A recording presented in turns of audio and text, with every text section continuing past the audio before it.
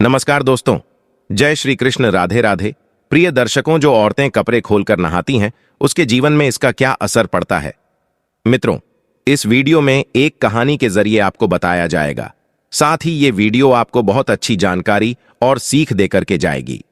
तो चलिए मित्रों, आपका कीमती समय बर्बाद ना करते हुए अब सीधे कहानी पर ही पहुंचते हैं। मित्रों, एक समय विष्णु भगवान लक्ष्मी माता के साथ हरिद्वार में घूम रहे थे। लक्ष्मी माता ने देखा कि समस्त मनुष्य गंगा में नहा नहाकर हर हर गंगे कहते चले जा रहे हैं। प्रिय दर्शकों, अगर आप यह कहानी सुन रहे हैं तो पूरा सुनिएगा, क्योंकि आधा अधूरा ज्ञान कभी किसी के लिए सही नहीं होता। इसके अलावा हे माता लक्ष्मी, जो भी भक्त इस वीडियो को लाइक करे और चैनल को सब्सक्राइब करके कमेंट में जय माता लक्ष्मी लिखे, उनके घर में धन की कभी कोई कमी न रहे, उनका घर हमेशा धन से भरा रहे। दोस्तों, जब माता ने देखा कि समस्त मनुष्य गंगा में नहा नहाकर हर हर गंगे कहते चले जा रहे हैं, परंतु सभी दुखी और परेशान हैं, तब लक्ष्मी माता ने बहुत आश्चर्य से भगवान विष्णु से पूछा, गंगा में इतनी बार स्नान करने पर भी इनके पाप और दुखों का नाश क्यों नहीं हुआ? क्या गंगा में अब सत्यता नहीं रही? भगवान विष्णु ने कहा, गंगा में तो वही सामर्थ्य है, परंतु इन लोगों ने पापनाशिनी गंगा में स्नान ही नहीं किया है, फिर इन्हें लाभ कैसे हो? लक्ष्मी जी ने आश्चर्य से कहा कि स्नान कैसे नहीं किया? सभी तो नहाकर जा रहे हैं, अभी तक इनके शरीर भी नहीं सूखे हैं। भगवान विष्णु ने कहा, ये लोग तो केवल जल में डुबकी लगाकर आ रहे हैं, तुम्हें कल इसका रहस्य समझाऊंगा। दूसरे दिन बहुत जोर की बरसात होने लगी, गलियां कीचड़ से भर गई। एक चौड़े रास्ते में एक गहरा गड्ढा था, चारों ओर कीचड़ भर रहा था और भगवान विष्णु ने लीला से वृद्ध रूप धारण कर लिया और विवश की तरह गड्ढा में जाकर ऐसे पर गए जैसे कोई मनुष्य चलता चलता गड्ढे में गिर पड़ा हो और निकलने की चेष्टा करने पर भी ना निकल पा रहा हो। लक्ष्मी जी को उन्होंने यह समझाकर गड्ढे के पास बैठा दिया कि देखो, तुम लोगों को सुना सुनाकर यूं पुकारती रहो कि मेरे वृद्ध पति अकस्मात गड्ढे में गिर पड़े हैं, कोई पुण्य आत्मा इन्हें निकालकर इनके प्राण बचाए और हम असहाय की सहायता करें। और भगवान विष्णु ने यह भी समझा दिया कि जब कोई गड्ढे में से मुझे निकालने को तैयार हो, तब इतना और कह देना कि मेरे पति सर्वथा निष्पाप है, इन्हें वहीं छुए जो खुद भी निष्पाप हो। यदि आप निष्पाप हैं तो इनके हाथ लगाइए, नहीं तो हाथ लगाते ही आप भस्म हो जाएंगे। लक्ष्मी जी तथास्तु कहकर गड्ढे के किनारे बैठ गई और आने जाने वालों को सुना सुनाकर भगवान विष्णु जी की सिखाई हुई बात कहने लगी।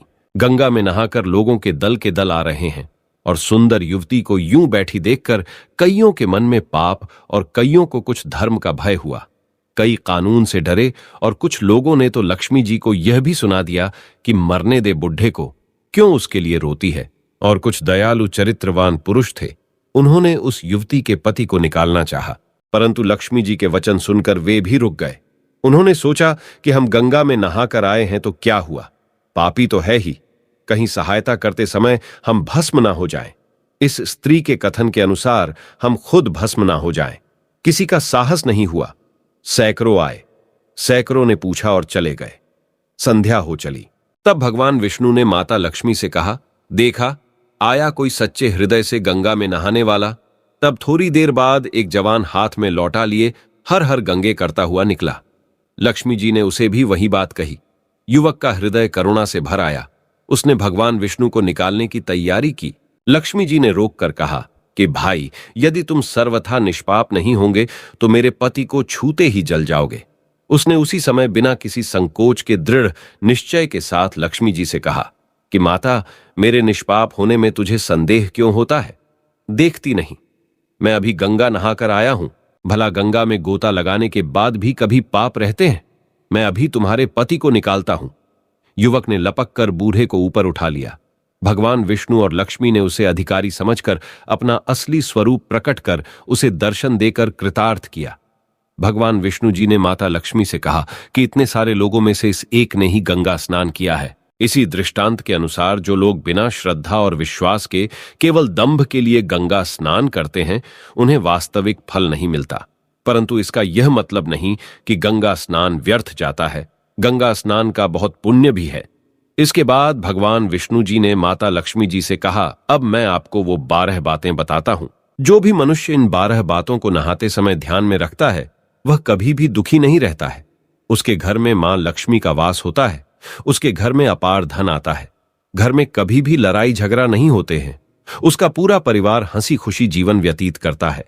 तब माता लक्ष्मी ने कहा, हे भगवान, आप हमें यह 12 बातें बताइए। इसके बाद भगवान विष्णु उन बातों को बताना शुरू कर देते हैं और माता लक्ष्मी बहुत ध्यान से सुनने लगती है। दोस्तों, ये 12 बातें आप लोग भी बिल्कुल ध्यान से सुनना। इसके बाद भगवान विष्णु कहते हैं, प्रिय, ये 12 बातें बताने के बाद मैं आपको एक बात और बताऊंगा। जो औरतें कपड़े खोलकर स्नान करती हैं, उनके लिए यह बात बहुत ही महत्वपूर्ण है। तो हे लक्ष्मी, आप इस बात को बहुत ही ध्यान से सुनना। तभी विष्णु जी अपनी वाणी को शुरू कर और बताने लगते हैं। दोस्तों, विष्णु जी कहते हैं, स्नान करने से शरीर निरोगी रहता है और मन प्रसन्न रहता है। नहाने से चेहरे की क्रांति और शारीरिक आकर्षण में भी बढ़ोतरी होती है। अगर इस नित्य कर्म के दौरान कुछ बातों का ध्यान रखा जाए तो आध्यात्मिक से भी ज्यादा लाभ पाया जा सकता है। नहाने के क्रम में इन बातों का ख्याल जरूर रखा जाना चाहिए। नंबर 1, स्नान करने के बाद शुद्ध होकर पूजा पाठ आदि सारे काम करने के योग्य बनते हैं, इसलिए सुबह को ही स्नान कर लेना चाहिए। नंबर 2, शास्त्रों में कहा गया है कि स्नान करने से इन 10 गुणों की प्राप्ति होती है: रूप, तेज, बाल पवित्रता, आयु, आरोग्य, निर्लोकता, तब और मेधा। नंबर 3, धन, पुष्टि व आरोग्य और स्वास्थ्य चाहने वालों को हर मौसम में और हर दिन स्नान करना चाहिए। नंबर 4, शास्त्रों में कहा गया है कि सुबह स्नान करने से पाप का नाश होता है और पुण्य मिलता है। ऐसा कहा गया है कि सुबह नहाने वालों के पास नकारात्मक शक्तियां नहीं भटकती, इसीलिए सुबह स्नान करना ही उचित है। नंबर 5, बीमारी के हालत में सिर के नीचे से ही स्नान करना चाहिए। गीले कपड़े से शरीर को पोंछ लेना एक तरह का स्नान ही कहा गया है। नंबर 6, सुबह की लालिमा छाने से पहले ही स्नान लेना श्रेष्ठ माना गया है। नंबर 7, तेल लगाकर और देह को मल मल कर नदी में नहाना मना है। इसकी जगह नदी से बाहर निकलकर तट पर ही शरीर साफ करके तब नदी में डुबकी लगाना उचित है। नंबर 8, जिन घाटों पर कपड़े धोए जाते हैं वहां का जल अपवित्र माना गया है, इसलिए वहां से कुछ दूर हटकर ही नहाना चाहिए। नंबर 9, नदी में 11 या 21 डुबकियां लगाना अच्छा बताया गया है। नंबर 10, पवित्र नदियों में कपड़े निचोड़ने की मनाही है।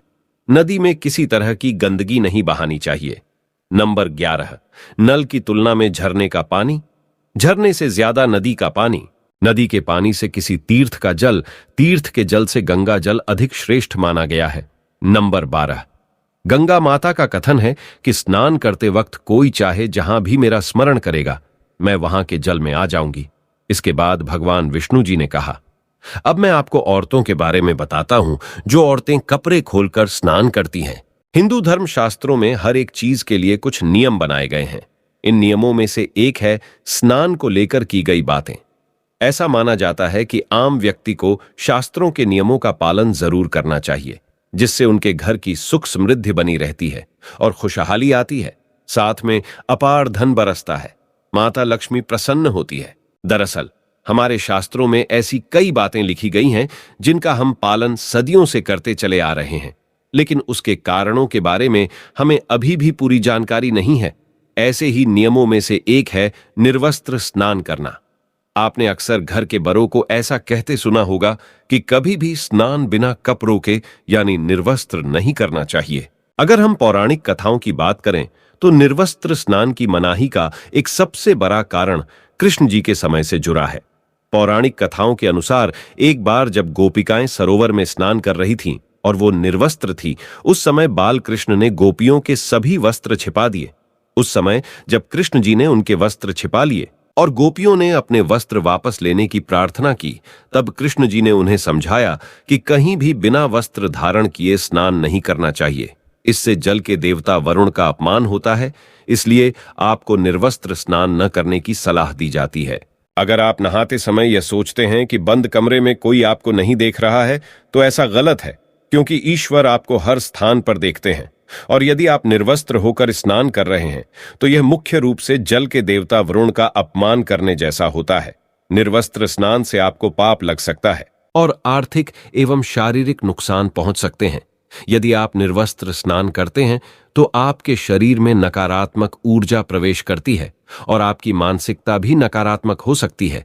इसीलिए हमेशा आपको यही सलाह दी जाती है कि आप नहाते समय कोई एक कपड़ा जरूर धारण करें, लेकिन बिना कपड़ों के स्नान ना करें, तभी आपके लिए बेहतर होगा। निर्वस्त्र स्नान से शरीर की सकारात्मक ऊर्जा शरीर से बाहर निकल सकती है और इसका प्रभाव आपके शरीर के साथ आपके मन मस्तिष्क में भी होता है। गरुड़ पुराण के अनुसार जब आप स्नान करते हैं तब आपके पितृ यानी मृत पूर्वज आपके आसपास मौजूद होते हैं। यदि आप निर्वस्त्र स्नान करते हैं तो आपको पितृदोष लग सकता है।